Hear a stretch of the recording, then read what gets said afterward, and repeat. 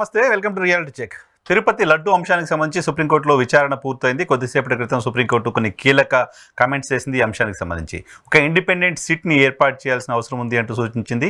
రాష్ట్ర ప్రభుత్వానికి సంబంధించిన పోలీస్ అధికారుల నుంచి ఇద్దరు, సిబిఐ నుంచి ఇద్దరు, అలాగే ఫుడ్ సేఫ్టీ అధికారులు ఒకరు, మొత్తం 5గురితో కూడిన ఇండిపెండెంట్ సిట్ ఈ వ్యవహారం పైన విచారణ చేయాల్సిన అవసరం ఉంది అంటూ కోర్టు చెప్పింది. తిరుపతి లడ్డు వ్యవహారంతో పాటు ఆంధ్రప్రదేశ్ తాజా రాజకీయాలపైన మనతో మాట్లాడడానికి జై భీమరావు భారత్ పార్టీ అధ్యక్షులు, సీనియర్ అడ్వకేట్ జడస్ శ్రవణ్ కుమార్ గారు మనతో పాటు లైవ్లో జాయిన్ అవుతున్నారు. సార్ నమస్తే.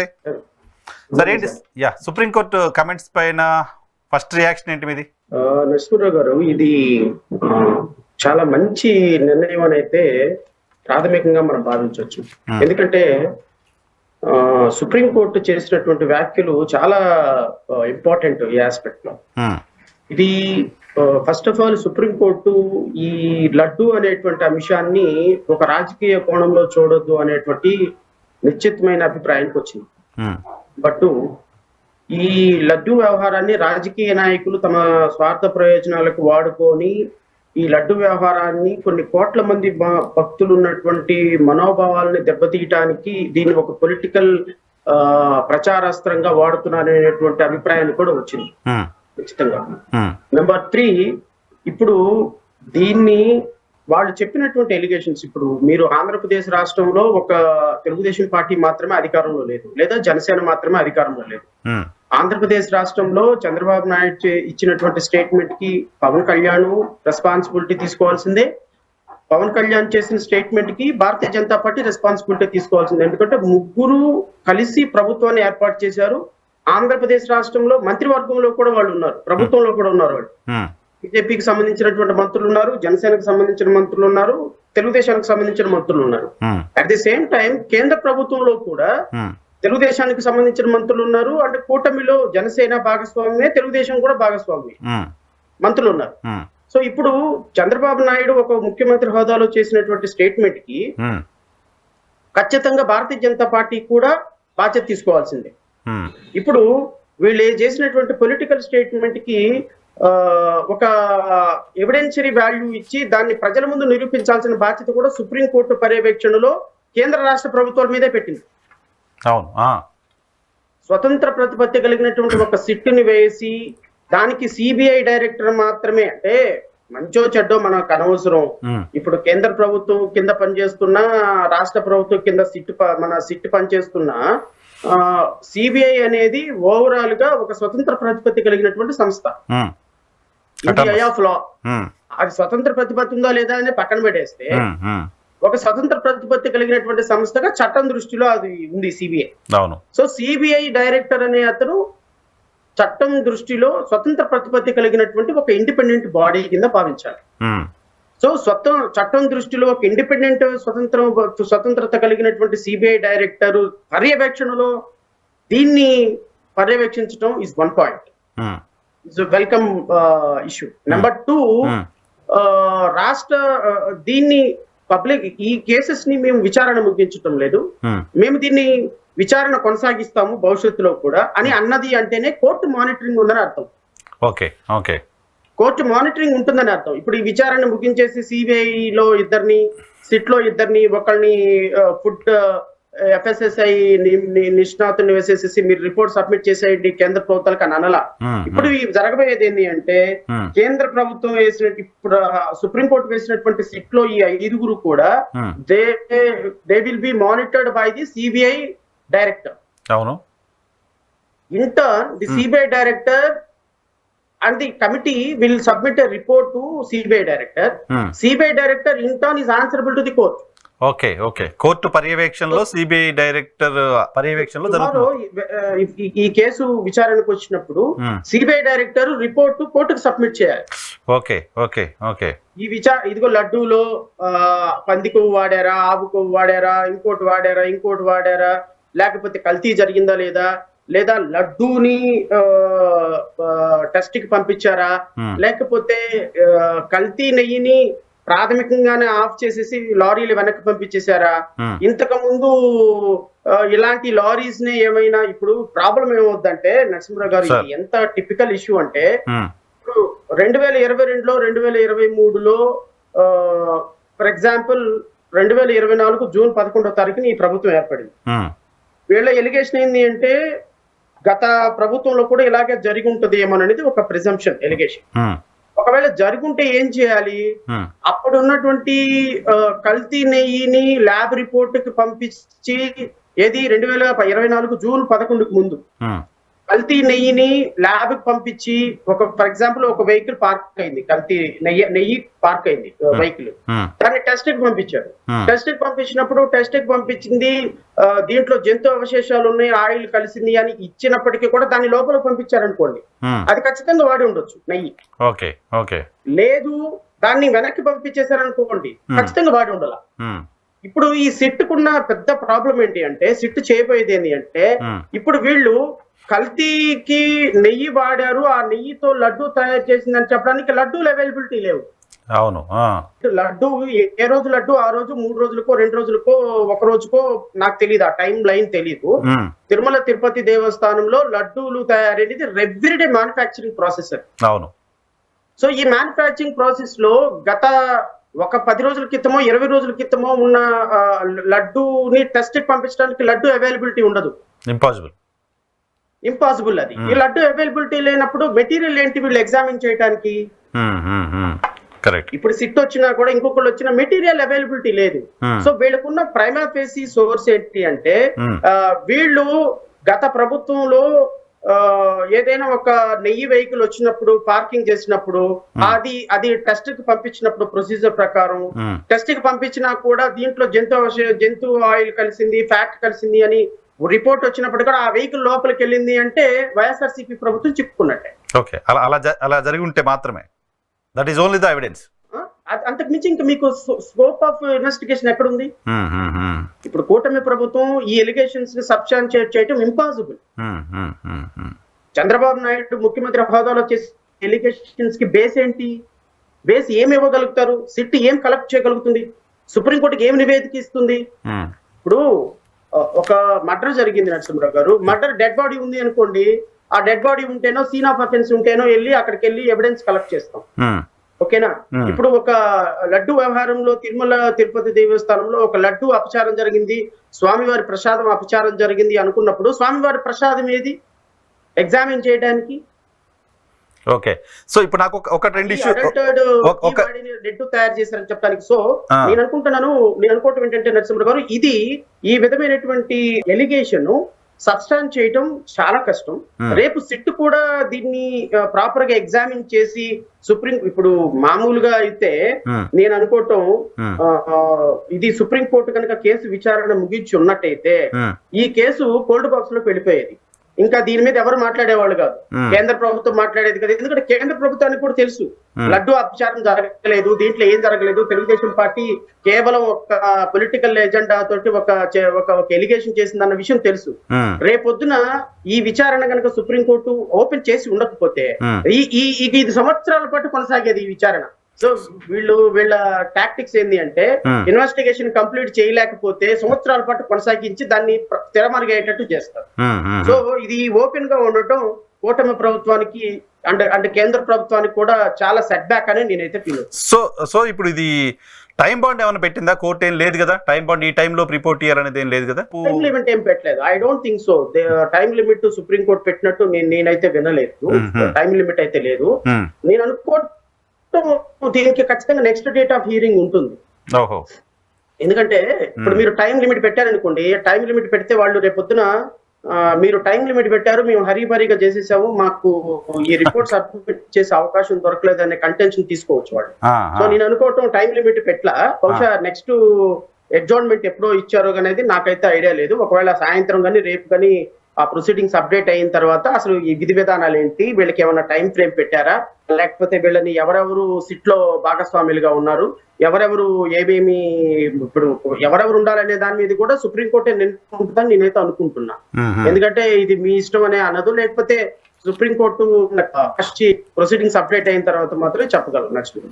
అంటే సిట్టింగ్ జడ్జితో విచారణ చేయించాలనే డిమాండ్ చాలా మంది చేస్తూ వచ్చారు, సిబిఐతో చేయాలనే డిమాండ్ చాలా మంది చేస్తూ వచ్చారు. ఇప్పుడు ఇది రెండు జరిగినట్టు కాదు కదా, సిట్టింగ్ జడ్జి ఎందుకు లేరు దీనిలో అంటే ఏం చెప్తారు? కంప్లీట్ గా సిబిఐకి ఇచ్చే ప్రయత్నం ఎందుకు కోర్టు చేయలేదు అంటే ఏం అర్థం చేసుకోవాలి? ఎవరు చెప్పారు సిబిఐకి ఇవ్వలేదని? సిబిఐకే ఇచ్చారు. ఇప్పుడు సిట్ అధికారులు కూడా ఉంటున్నారుగా. Ultimately CBI director will monitor the entire investigation. Okay, CBI విచారణగానే చూడాలి దాన్ని. మరి అంతే కదా, Independent. CBI director monitoring, CBI director ప్రత్యక్షంగా దీన్ని విచారణ సమీక్షిస్తారు అంటే అర్థం ఏంటి? సిబిఐ ఇన్వెస్టిగేషనే. సిబిఐ ఇన్వెస్టిగేషన్ లోనే కేంద్ర ప్రభుత్వానికి రాష్ట్ర ప్రభుత్వానికి కొంత వెసులుబాటు ఇస్తూ సిట్ లో ఉన్నటువంటి అధికారుల్ని కూడా ఒక ఇద్దరిని అధికారుల్ని జాయింట్ టీమ్ లో వేశారు, వేయమని అడిగారు. వాళ్ళు రాష్ట్ర ప్రభుత్వం కూడా ఉంటే తప్పేం లేదు, because ultimately it is a government. ఇది టీడీపీ పార్టీయో జనసేన పార్టీయో కాదు కదా, ఆంధ్రప్రదేశ్ రాష్ట్ర ప్రభుత్వం. జరిగినటువంటి అనర్థం ఆంధ్రప్రదేశ్ రాష్ట్ర ప్రభుత్వంలో కాబట్టి ఇది సిబిఐ విచారణనే అనాలి. మీకు మీరు జుడిషియల్ ఎంక్వైరీలో ప్రాసెస్ ఎలా ఉంటుందంటే, నరసింహరావు గారు, ఒక క్రైమ్ ని ఇన్వెస్టిగేషన్ చేయడానికి జుడిషియల్ ఎంక్వైరీ వేయటం అనేది కరెక్ట్ కాదు నా దృష్టి. ఎందుకంటే క్రైమ్ ని ఇన్వెస్టిగేషన్ చేసేదానికి చాలా పద్ధతులు ఉంటాయి, అది ఒక జుడిషియల్ ఆఫీసర్ కి తెలియదు. ఇప్పుడు ఫర్ ఎగ్జాంపుల్ ఏబిసిడి వర్గీకరణ కరెక్టా కాదా, దాని మీద జుడిషియల్ ఎంక్వైరీ ఉండొచ్చు. సో నేను అనుకోవటం ఒక సెన్సిటివ్ ఇష్యూలో కోట్లాది మంది మనోభావాలు ఇన్వాల్వ్ అయినటువంటి ఇష్యూలో జుడిషియరీ న్యూట్రల్ పర్సన్ గా ఉండి డిగ్ చేయటం, ఇన్వెస్టిగేషన్ ప్రాసెస్ లో ఇన్వాల్వ్ అవటం మంచిది కాదనేది నా అభిప్రాయం. బహుశా సుప్రీంకోర్టు జడ్జిల అభిప్రాయం కూడా అదే అయి ఉండొచ్చు. ఇప్పుడు జస్ట్ ఒక కామెంట్ పాస్ చేసినందుకే సుప్రీంకోర్టు విచారణలో నిన్నేమన్నారు పవన్ కళ్యాణ్ గారు, సుప్రీంకోర్టు జడ్జిలు హైకోర్టు జడ్జిలు హిందూ ధర్మం మీద జరిగితే ఎవడ మాట్లాడటం లేదు, ముస్లింస్ కి జరిగితే క్రిస్టియన్లకు జరిగితే చాలా అద్భుతంగా స్పందిస్తారు, హిందువులకు జరిగితే అయిన వాళ్ళకి కంచాల్లో కాని వాళ్ళకి ప్లేట్లలో పెడుతున్నారు. సో జుడిషియరీ వ్యవస్థ కూడా ఎట్లా తయారైంది, ఇంకా దీన్ని కూడా మనం నమ్ముకోలేమని సుప్రీంకోర్టు జడ్జెస్ మీద హైకోర్టు జడ్జెస్ మీద చాలా డిఫార్మేటరీ కామెంట్స్ పాస్ చేశారు గౌరవ ఉప ముఖ్యమంత్రి హోదాలో ఉండి. అంటే ఒక సామాన్యమైనటువంటి వ్యక్తి కాదు, ఒక లేమ్యాన్ కూడా కాదు, మీలాంటి నాలాంటి ఒక సాధారణమైనటువంటి ప్రొఫైల్ ఉన్నటువంటి వ్యక్తి కూడా కాదు. సో ఒక డిప్యూటీ చీఫ్ మినిస్టర్ హోదాలో ఉండి అలాంటి కామెంట్స్ పాస్ చేసినప్పుడు రేపు ఉదయం సుప్రీంకోర్టు జడ్జెస్ డైరెక్ట్ గా ఇన్వాల్వ్ అయ్యి దీన్ని విచారణ చేసినప్పుడు ఎన్నో కామెంట్స్ వచ్చే అవకాశం ఉంది. సో కాబట్టి వాళ్ళు దీనిలో నుంచి విచారణలోకి ఇండల్జ్ అవ్వకుండా వాళ్ళు ఈ విచారణని స్వతంత్ర ప్రతిపత్తి కలిగినటువంటి సిబిఐకి ఇస్తే రేపొద్దున వీళ్ళు విచారణ చేయడానికి అవకాశం ఉంటుంది. అంటే ఇట్ ఈస్ నథింగ్ బట్, మీరు ఒకటే గుర్తుపెట్టుకోండి నరసింహరావు గారు, it is nothing but CBI enquiry and court monitored investigation. So సిబిఐకి ఇచ్చినట్టుగానే కోర్టు మానిటర్ లో ఉన్నట్టుగానే సో స్వతంత్రంగానే విచారణ జరుగుతుందని నా పాయింట్ ఏంటంటే, చాలా మంది హిందువులకి ఇది ఆ పార్టీకి అనుకూలంగానో ఈ పార్టీకి అనుకూలంగానో ఇలా ఉండకూడదు, హిందువులకు క్లారిటీ కావాలి, శ్రీవారి భక్తులకు క్లారిటీ కావాలి, ఏం జరిగింది ఏం జరగలేదు అనేది. సో ఆ క్లారిటీ ఈ కమిటీతో వస్తుంది అని ఆశించవచ్చా? అది మనం ఎలా చెప్పగలం? ఆశించాలి. మనం ప్రతిదీ కూడా ప్రోగ్రెసివ్ గానో ప్రాపర్ గానో జరగాలనే ఆశిస్తాం నరసింహరావు. కానీ బాగా జరుగుతుందా లేదా అనేది నేను చెప్పలేను. ఎందుకు అంటే ఇవన్నీ కూడా మనం మాట్లాడుకునేవి ప్రోయాక్టివ్ గానో లేకపోతే ప్రీ డిటర్మైన్డ్ మైండ్ తోనో మనం మాట్లాడలేదు. ఇప్పుడు సిట్ లో ఉన్నటువంటి సుప్రీంకోర్టు మానిటర్డ్ ఇన్వెస్టిగేషన్ తప్ప మనకి ఈ దేశంలో ఆల్టర్నేటివ్ లేదుగా. వి హావ్ టు బిలీవ్ మనం బాగా జరగాలి, మంచి జరగాలి, ట్రూత్ బయటకు రావాలని కోరుకుందాం. అయితే దీంట్లో ఎన్ని పొలిటికల్ డ్రామాలు ఉంటాయి, స్టేట్ గవర్నమెంట్ ఎలా వాళ్ళని ఇన్ఫ్లుయెన్స్ చేయొచ్చు, లేకపోతే సెంట్రల్ గవర్నమెంట్ ఎలా ఇన్ఫ్లుయెన్స్ చేయొచ్చు. ఇప్పుడు అల్టిమేట్ గా శ్రీవారి ప్రసాదంలో కల్తీ జరిగింది అని ప్రూవ్ చేయడానికి ఆధారాలు లేవు, ప్రూవ్ చేయకపోతే అబాస్ పాలైపోతారు. ఇప్పుడు ఏం చేయాలి చెప్పండి? సెంట్రల్ గవర్నమెంట్ స్టేట్ గవర్నమెంట్ పరిస్థితి ఏంటి చెప్పండి? కరవమంటే కప్ప కోపం, విడవమంటే పాము కోపం. ఇప్పుడు central bureau of investigation supreme court పరిధిలో కోర్టు మానిటర్డ్ ఇన్వెస్టిగేషన్ జరుగుతున్నప్పుడు దీనిలో కల్తీ జరిగిందని చూపించాలి అంటే మీరు ఆషామాషిగా చంద్రబాబు నాయుడు పవన్ కళ్యాణ్ పొలిటికల్ గా ఒక 1,00,000 మందిలో ఇచ్చిన స్టేట్మెంట్ లాంటివి కాదు కదా. ఇప్పుడు 30,000 మంది పిల్లలు మిస్ అయిపోయినారు, వాలంటీర్లు వాళ్ళందరినీ వ్యభిచార గృహాలకు తీసుకెళ్లాడని ఒక పవన్ కళ్యాణ్ గారు ఒక మాట అన్నారు. దానికి బేస్ లేదు. కానీ రేపొద్దున అది కోర్టు ముందుకెళ్ళి నిలబడాలి అంటే స్టాటిస్టిక్స్ రిపోర్ట్స్ విల్ స్పీక్. ఇప్పుడు చంద్రబాబు నాయుడు ఎన్డీఏ మీటింగ్ లో లడ్డూలో 10 కొవ్వు కలిసింది, ఎద్దు కొవ్వు కలిసింది అని చెప్పాడు. ఓకే, ఇప్పుడు ఆ విధమైనటువంటి vague statement CBI SIT investigation officer లో రేపొద్దున సుప్రీంకోర్టుకి ఇవ్వలేరుగా. కలిసింది అని వీళ్ళు రేపు సుప్రీంకోర్టుకి నివేదిక ఇవ్వాలంటే ఎలా కలిసిందో చెప్పాలి, ఏ ప్రాసెస్ లో కలిసిందో చెప్పాలి, ఎప్పుడు కలిసిందో చెప్పాలి. కలిసింది అని చెప్పడానికి ఇప్పుడు ఆహార సంస్థకు సంబంధించిన నిపుణులను కూడా ఒక అతన్ని వేశారు. అవును. ఇతను రేపొద్దున ప్రాపర్ వేలో రిపోర్ట్ ఇవ్వాలి. ప్రాపర్ వేలో రిపోర్ట్ ఇవ్వాలి అంటే ఎవిడెన్స్ ఉండాలి. ఎవిడెన్స్ లేకుండా వీళ్ళు కూడా వేగ్ గా చెప్పలేరు కదా. సో నాకు తెలిసి ఈ సిట్ తోటి both central government and state government is under defence now. Okay. నిన్న పవన్ కళ్యాణ్ గారు ఇంకొక కామెంట్ చేశారు. ఆయన అంతకుముందు చేసిన కామెంట్ తరహాలోనే అయోధ్యకు పంపించిన 1,00,000 లడ్డూల్లో కూడా ఈ కల్తీదే తీసుకెళ్లిపోయారంటూ ఆయన స్టేట్మెంట్ ఇచ్చారు. ఆన్ రికార్డ్ స్టేట్మెంట్ ఇచ్చారు. సో ఈ విచారణ ప్రాసెస్ లో దాన్ని కూడా ఈ ఇండిపెండెంట్ ఎంక్వైరీ ఏజెన్సీ పరిగణలో తీసుకునే పరిస్థితి ఉంటుందా? సార్, ఒక బాధ్యత లేని ఒక స్టేట్మెంట్ ఇచ్చినటువంటి పవన్ కళ్యాణ్ గారి పర్సనల్ కామెంట్స్ ని, పర్సనల్ కామెంట్ ప్రొఫెషనల్ కామెంట్స్ ఏమి ఉండవులండి. ఆయన ఏ కామెంట్ చేసినా డిప్యూటీ సీఎం కామెంట్ చేసినట్టే, అంతే కదా. అంతేగాని అబ్బాయి నేను వ్యక్తిగత హోదాలో జనసేన పార్టీ లీడర్ గా చేసినట్టు కుదరదు. నువ్వు ఏ కామెంట్ లో ఉన్నా, జనసేన పార్టీలో ఉన్నా, your honourable deputy chief minister of the state. So అట్లాంటి ఇమ్మెచ్యూర్డ్ స్టేట్మెంట్స్, అట్లాంటి అపరపక్వమైనటువంటి స్టేట్మెంట్స్, అనాలోచితమైనటువంటి స్టేట్మెంట్, ఉద్రేకాలను రెచ్చగొట్టేటువంటి స్టేట్మెంట్, ప్రజల మనోభావాలని ఇంకా గాయపరిచేటువంటి స్టేట్మెంట్, కేవలం లేనిపోని ఒక అంశాన్ని తీసుకొని ఆ అంశాల ద్వారా ఒక రాజకీయ పరమైనటువంటి లబ్ధి పొందాలని ఇచ్చేటువంటి స్టేట్మెంట్స్ ని సిట్ పరిగణలోకి తీసుకుంటుందని నేనైతే అనుకోవటం. ఎందుకు అనుకోవటం లేదు అంటే ఆ స్టేట్మెంట్లకి ఒక సాధారణమైనటువంటి యూట్యూబర్ ఇచ్చేటువంటి స్టేట్మెంట్ కి కూడా వాళ్ళు సీరియస్ గా తీసుకుంటారని నేను అనుకోను.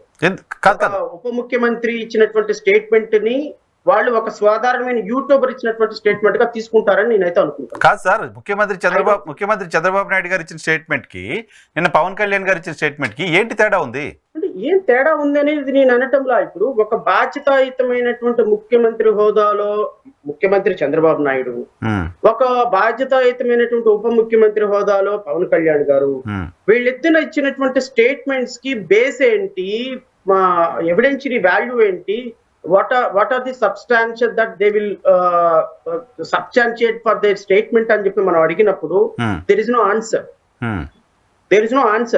ఇలాంటి ఆన్సర్స్ దొరకని ఒక ప్రాపర్ ఎవిడెన్షియరీ వాల్యూ లేని స్టేట్మెంట్స్ గౌరవ అత్యున్నతమైనటువంటి అధికారంలో ఉన్నటువంటి వ్యక్తులు ఇస్తే దాన్ని ఏమని అనాలిసిస్ చేయమంటారు, దాన్ని ఏమని ప్రజలకి ఒక సందేశం ఇవ్వమంటారు, దానికి ఏ విధంగా నన్ను నేను సబ్స్టాన్షియేట్ చేసుకోమంటారు. ఇప్పుడు నేను ఒక లాయర్ ని మసూర గారు, చాలా సాధారణమైనటువంటి ఒక చిన్న లాయర్ ని, నా స్థాయి ముఖ్యమంత్రి ఉప ముఖ్యమంత్రినో ప్రశ్నించే లేకపోతే వాళ్ళని ఎదిరించే స్థాయి కూడా లేదు.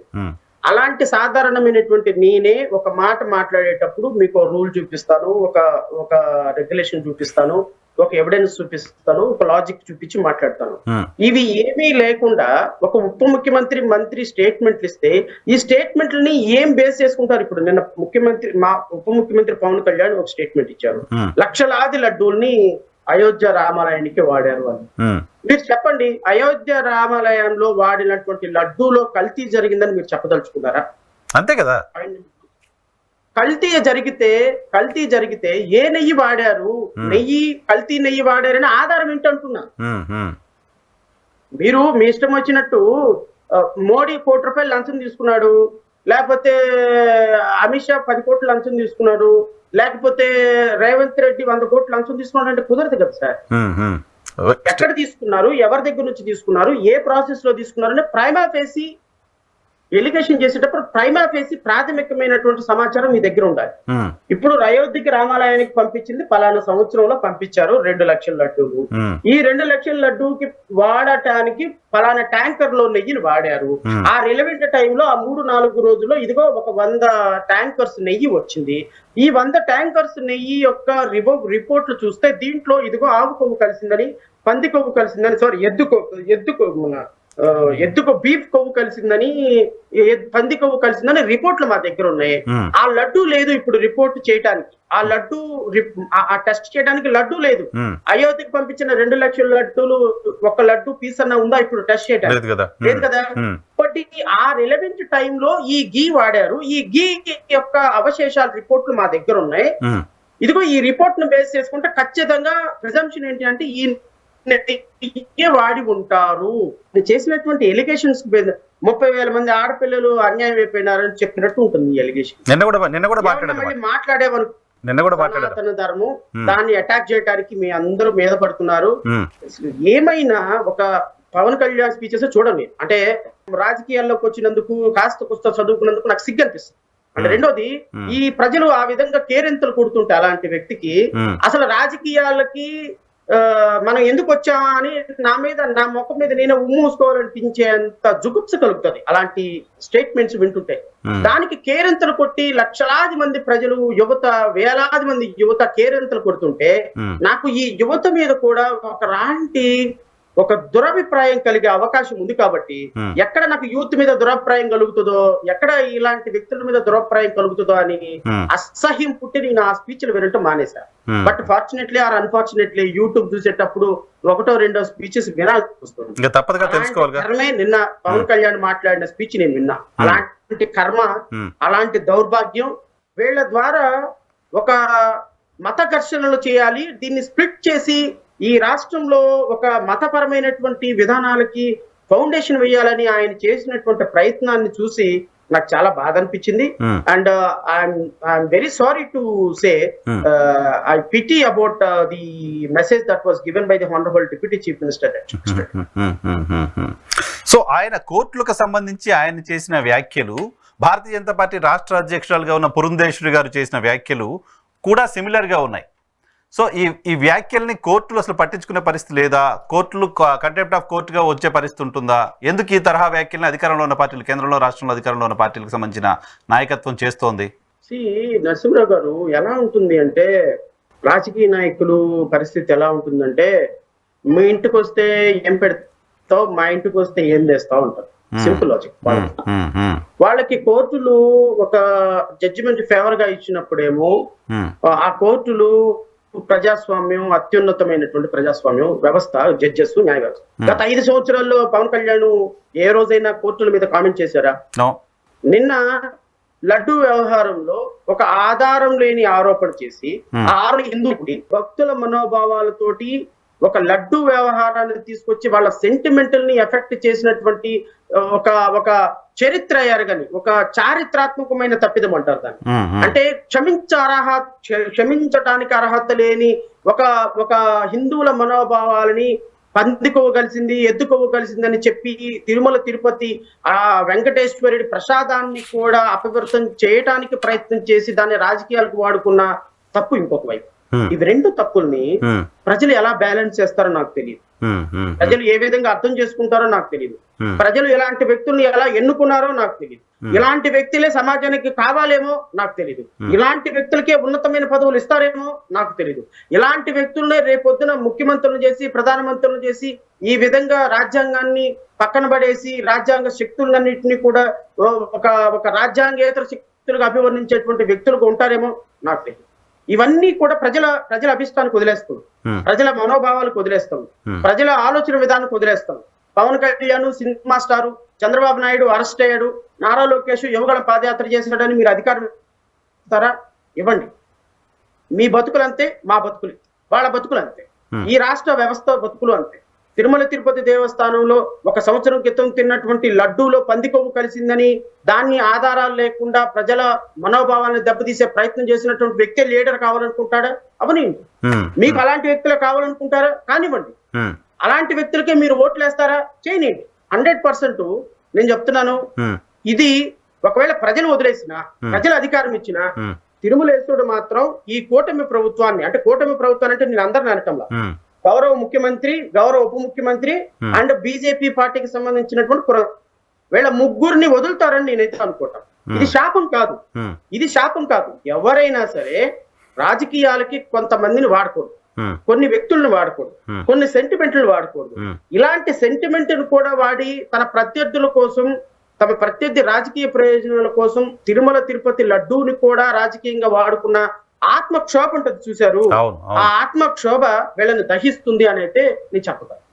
చివరిగా పవన్ కళ్యాణ్ గారు నిన్న మాట్లాడిన మాటలు చూసిన తర్వాత కోర్టులకు సంబంధించి ఈ రోజు కోర్టు కూడా మాట్లాడింది, రాజకీయ పరమైన డ్రామాలకు దీన్ని వాడకండి, రాజకీయాలు చేయకండి దీనిపైన లాంటి కామెంట్ చేసింది. ఈ కామెంట్ మొత్తం రాజకీయ పార్టీలు అన్నింటిని ఉద్దేశించి చేసినట్లుగా చూడాల్సిన అవసరం ఉంటుందా, లేకపోతే కూటమి నేతలను ఉద్దేశించి చేసి కామెంట్ చూడాల్సిన అవసరం ఉంటుందా? నేను అనుకోవటం నరసింహరావు గారు, ఇక కూటమి ప్రభుత్వం లడ్డూకి సంబంధించినటువంటి అంశాన్ని ఒక రాజకీయ ప్రకటనలు అయితే చేయదు, ఇంకా చేయదు. నాకు తెలిసి చంద్రబాబు నాయుడు ముఖ్యమంత్రి గారు, ఉప ముఖ్యమంత్రి గారు ఇక ఈ ఇష్యూకి ఎంతటితో ఫుల్ స్టాప్ పెడతారు. ఇంతకు మించి దీన్ని ప్రొలాంగ్ చేయరు. ఎందుకు ప్రొలాంగ్ చేయరంటే తెగేదాకా లాగే ప్రయత్నం చేయరు వాళ్ళు తెగేదాకా లాగితే ఇది తెగిపోతుందన్న సంగతి తెలుసు, ఆల్రెడీ తెగిపోయింది. ఇప్పుడు దాన్ని ముడేసే ప్రయత్నం చేస్తున్నారు. ఈ ముడేసే ప్రయత్నం నిలబడదన్న సంగతి తెలుసు. ఇప్పుడు వైఎస్ఆర్ కాంగ్రెస్ పార్టీ దీన్ని కంటిన్యూస్ గా పర్సూ చేసి వాళ్ళు దీన్ని మా మీద జరిగినటువంటి ఈ దాడిని తిప్పికొట్టే ప్రయత్నం వాళ్ళు చేస్తారని నేనైతే అనుకోవటం లేదు. ఎందుకంటే నాకు తెలిసి ఈ కేసు ఇంకో 5 సంవత్సరాలు it will not see the light of the year. అవునా? ఇంకొక 5 సంవత్సరాలు ఇది ఈ కేసు అనేది మరుగున పడిపోతుందని నేనైతే అనుకుంటున్నా. ఎందుకంటే ఒకవేళ కేసు ఒక బెంచ్ మీదకి వచ్చినా కూడా వాళ్ళు ఏదో ఒక కారణం చెప్పి దీన్ని టైం డ్రాగ్ చేస్తుంది. ఎందుకంటే వాళ్ళ దగ్గర ఆధారాలు ఉండవు అన్న విషయం వాళ్ళకి తెలుసు. దీన్ని సబ్స్టాన్షియేట్ చేయలేమన్న సంగతి వాళ్ళకి తెలుసు. ఒకవేళ మనం రిపోర్ట్ సబ్మిట్ చేస్తే both central government and state government defence లో పడతాయి అన్న సంగతి వాళ్ళకి తెలుసు. కాబట్టి దీన్ని ఏ విధంగానూ కంప్లీట్ చేయనీయకుండా నాకు తెలిసి కాన్స్టిట్యూట్ చేయడానికే టైం తీసుకుంటారు. ఒకవేళ అలాంటిది ఏదైనా జరిగితే తూతు మంత్రంగా వీళ్ళు ఒక వయా మీడియా రిపోర్ట్ ఇస్తారు. అల్టిమేట్ గా నరసింహరావు గారు, కోర్టుకి కళ్ళు లేవు అన్నది 1000 times కరెక్ట్. కోర్టుకి కళ్ళు లేవు అనేది 1000 times కరెక్ట్. నేను ఒక ఉదాహరణ చెప్తాను నరసింహరావు. నేను ఒక కేసు ఆర్గ్యూ చేస్తున్నా, అంటే ఇది రెలవెంట్ కాబట్టి చెప్తున్నా, otherwise I won't bring all this into debate. Disable people ఎవరైతే డిఫరెంట్లీ ఏబుల్డ్ పర్సన్స్ ఉంటారో, పాపం కాళ్ళు చేతులు కొంచెం డిఫరెంట్ గా ఉన్న పీపుల్, వికలాంగులు అందాం, డిఫరెంట్లీ ఏబుల్డ్ పీపుల్స్, వీళ్ళందరూ మెడికల్ అడ్మిషన్స్ కోసం వెళ్తారు. మెడికల్ అడ్మిషన్స్ కోసం వెళ్ళినప్పుడు ఆల్ ఇండియా కోటాలో 15% సీట్లు ఉంటాయి, స్టేట్ కోటాలో 85% సీట్లు ఉంటాయి. ఆల్ ఇండియా కోటాలో ఒక స్టేజ్ దాటిన తర్వాత డిజబిలిటీ పిల్లలు ఎంబీబీఎస్ పర్సూ చేయడానికి అనర్హులు. అంటే స్టేట్ ఎంత పవర్ఫుల్ లో చెప్తున్నా. ఆల్ ఇండియా కోటాలో ఒక పోటీ ఉంటుంది, స్టేట్ కోటాలో ఇంకో పోటీ ఉంటుంది, మెడికల్ పోటీ. వీళ్ళిద్దరూ ఎగ్జామిన్ చేయాలి. 15% కోటాలో సెంట్రల్ చేయాలి, 85% కోటాలో స్టేట్ చేయాలి. 15% కోటాలో డిజబుల్ బోర్డు దగ్గరికి వెళ్ళినప్పుడు they are unfit to pursue MBBS అని సర్టిఫికేట్ ఇచ్చారు డాక్టర్స్. దాన్ని మేము తీసుకొచ్చి హైకోర్టులో ఛాలెంజ్ చేసాం, ఏమంటే ప్రాపర్ గా ఎగ్జామిన్ చేయలేదు అని. ఈ టైంలోనే మాకు స్టేట్ లో ఎలిజిబిలిటీ వచ్చింది. స్టేట్ బోర్డు మాకు ఎలిజిబిలిటీ ఇచ్చేసింది 85% quota. Same doctors, same Andhra మన ఎన్టీఆర్ యూనివర్సిటీ ఇచ్చేసింది ఎలిజిబిలిటీ. మేమేం చేసాము సార్, సెంట్రల్ కోటాలో 15% లో డిజబుల్ దాంట్లో మేము ఎలిజిబిలిటీ లేకపోవటం ఏంటి, 85% కోటాలో ఎలిజిబిలిటీ రావటం ఏంటి, సేమ్ నేషనల్ మెడికల్ కౌన్సిల్ పెట్టినటువంటి గ్రౌండ్స్ లోనే ఒక దాంట్లో ఎలిజిబిలిటీ ఇస్తుంటే వెంటనే ఎన్టీఆర్ యూనివర్సిటీ ఏం చేసింది తెలుసు, 69 మంది పిల్లల్ని నో అంటే సారీ మేము రాంగ్ గా ఎగ్జామిన్ చేసిన వాళ్ళని మళ్ళీ మేము ఎగ్జామిన్ చేస్తాము, వాళ్ళందరినీ మేము రాంగ్ రిపోర్ట్ ఇచ్చేసామని చెప్పి రిపోర్ట్ వెనక్కి తీసుకొని మళ్ళీ 69 మందిలో 40 మందిని డిస్క్వాలిఫై చేసింది. ఎందుకు డిస్క్వాలిఫై చేసిందని కోర్టు, నేనన్నా ఎందుకంటే కోర్టు ఇట్లా డిస్క్వాలిఫై చేసిందంటే కోర్టు ఏమన్నదో తెలుసా, నో మాకేం సంబంధం లేదు, వాళ్ళు క్వాలిఫై చేస్తే క్వాలిఫై చేసినట్టు, డిస్క్వాలిఫై చేస్తే డిస్క్వాలిఫై చేసినట్టు, that's all. Our hands are tied. రేపు పొద్దున అధికారులు ఇచ్చే రిపోర్ట్లు కూడా ఇలాగే ఉంటాయి. తిరుమల తిరుపతి దేవస్థానంలో లడ్డులో కల్తీ జరిగిందో లేదా, కల్తీ జరిగి ఉండొచ్చు, ఉండకపోయి ఉండొచ్చు. కల్తీ జరిగిందని చెప్పడానికి మాకు అసాధారణమైనటువంటి ఎవిడెన్స్ ఏం దొరకలా. బట్ మాకైతే తెలిసినంత వరకు కొన్ని ట్యాంకర్లు వెళ్ళినని తెలుసు. ఆ ట్యాంకర్లకు సంబంధించి నెయ్యి వాడారా లేదని, లడ్డు అనేది ఇన్స్ట్రుమెంట్ మాకు దొరకలా, ఆ లడ్డు ప్రసాదం దొరకలా టెస్ట్ చేయడానికి. సో ఇవి జరిగిందా జరగలేదా అనేది పూర్తిగా మేము ప్రైమా ఫేసీకి రాలేము అని చెప్పడానికి 5 years పడుతుంది. రేపు సుప్రీంకోర్టులో ఏం చేస్తుంది సుప్రీంకోర్టు, అధికారులు ఏ రిపోర్ట్ ఇస్తే, సిట్ ఏం రిపోర్ట్ ఇస్తే ఆ రిపోర్ట్ తీసుకుని ఫైల్ క్లోజ్ చేయటం తప్ప ఏ విధంగానూ కేంద్ర రాష్ట్ర ప్రభుత్వాన్ని కాదు అని కోర్టులు తమ స్వతంత్ర ప్రతిపత్తిని వాడే అవకాశం చట్టంలో లేదు. చట్టంలో లేదు. సో అల్టిమేట్ గా తెలివి గల వాళ్ళు ఎవరై, తెలివి తక్కువ వాళ్ళు ఎవరై అంటే ప్రజలు, తెలివి గల వాళ్ళు ఎవరై అంటే రాజకీయ నాయకులు సార్ అల్టిమేట్ గా. సో చూడాలి. సో అంటే రాజకీయ పార్టీల కోణంలో కాకుండా భక్తుల పాయింట్ ఆఫ్ వ్యూలో వాళ్ళకు క్లారిటీ కావాలి, వాళ్ళు బిలీవ్ చేయడానికి ఓకే ఏం జరిగిందో లేదని క్షోభలో ఉన్నారు కాబట్టి వాళ్ళకు ఒక ఇండిపెండెంట్ ఎంక్వైరీ ద్వారా వచ్చిన రిపోర్టు వాళ్ళకు ఉన్న ఆవేదనను తగ్గిస్తుందని చెప్పి అనుకుంటున్నాను. అటువంటి రిపోర్ట్నే కావాలని సుప్రీంకోర్టు అంటుంది. అటువంటి ఎంక్వైరీకి కూడా ఆదేశించింది కాబట్టి ఏం జరుగుతుందో చూద్దాం. Thank you very much Shravan గారు, మాకు సమయం కేటాయించినందుకు.